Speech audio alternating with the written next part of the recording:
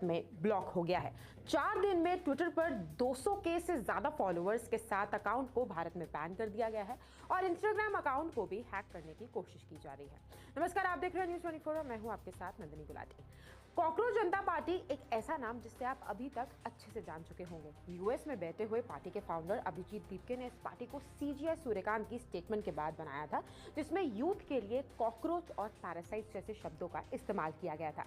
इस स्टेटमेंट को युवाओं की तरफ से काफी आलोचना मिली, जिसके बाद ये आक्रोश, ये गुस्सा इस पार्टी के बनने में तब्दील हो गया। महज 4 दिन में इंटरनेट पर जेनजी का तूफान आ गया। हर सेकेंड, हर मिनट उनके लाखों में फॉलोअर्स बढ़ रहे हैं। इंस्टाग्राम पर अभी तक 14.3 मिलियन फॉलोअर्स हो चुके हैं, जिसके चलते उन्होंने दुनिया की सबसे बड़ी पार्टी बीजेपी और यहां तक कि कांग्रेस को इंस्टाग्राम पर फॉलोअर्स के मायने में बुरी तरह पछाड़ दिया है।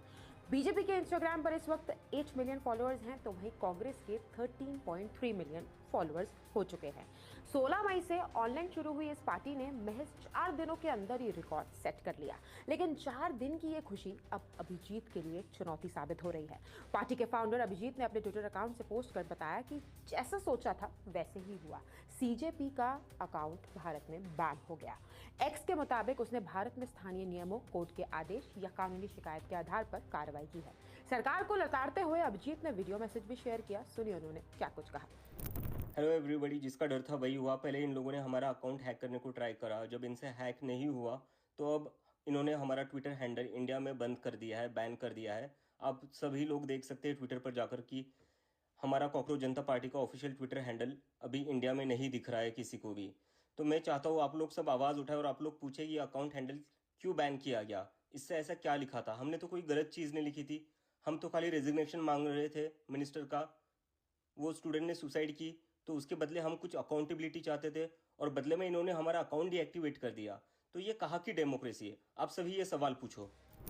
अब कॉकरोच जनता पार्टी का कमबैक भी हो गया है। एक ट्विटर अकाउंट बंद होने के बाद कॉकरोच जनता पार्टी ने एक और अकाउंट बना लिया है, जिसका नाम रखा है कॉकरोच इज बैक। आपको बता दें कि अभिजीत दीपके की ये पार्टी सिर्फ भारत तक ही सीमित नहीं रही, बल्कि विदेशी मीडिया में भी इसकी खूब चर्चा हो रही है। अल जजीरा और बीबीसी ने भी इसे कवर किया है। और तो और ये पार्टी सिर्फ ऑनलाइन ही नहीं, बल्कि अब इसके पोस्टर्स, स्टिकर्स भी बन गए हैं। लोग अब सड़कों पर उतर रहे हैं। अब जनता, खासकर युवाओं, इस मुहिम का हिस्सा तो बन गए हैं। लोगों ने भारी मात्रा में इन्हें फॉलो भी कर लिया है, लेकिन अब जनता मांग रही है रियल काम। अब सीजेपी को सिर्फ वाह ही नहीं, बल्कि लताड़ा भी जा रहा है। दरअसल अभिजीत ने unfollow BJP for ruining your future का वीडियो डाला, जिसके बाद नेटिजन्स ने उनकी क्लास लगा दी। एक यूजर ने लिखा, कुछ काम की बातें बोल भाई, फॉलो अनफॉलो बस यही करने बैठे हैं क्या। दूसरे ने लिखा, ऐसा प्रिटेंड करना कि सिर्फ बीजेपी ही प्रॉब्लम है तुम्हारा बायस और एजेंडा एक्सपोज करता है। तो वहीं तीसरे ने लिखा, ब्लेम गेम पॉलिटिक्स ना करो, काम करके दिखाओ।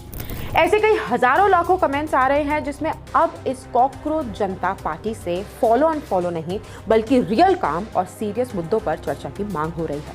आपको बता दें कि अभिजीत दीपके वही शख्स है जिसने 2020 दिल्ली चुनावों में आपके पक्ष में मीम्स की बाढ़ लाकर आपके सोशल मीडिया प्लेटफॉर्म को जीवंत बना दिया था, और इसी के चलते उनका नाम 2020 में भी सुर्खियों में रहा था।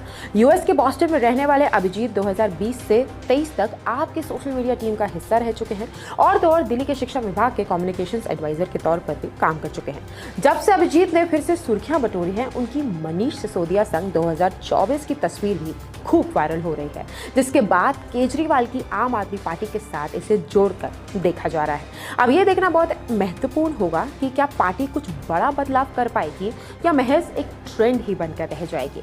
आप क्या राय रखते हैं न्यूली फॉर्म्ड ऑनलाइन पार्टी पर? हमें कमेंट्स में जरूर बताइएगा।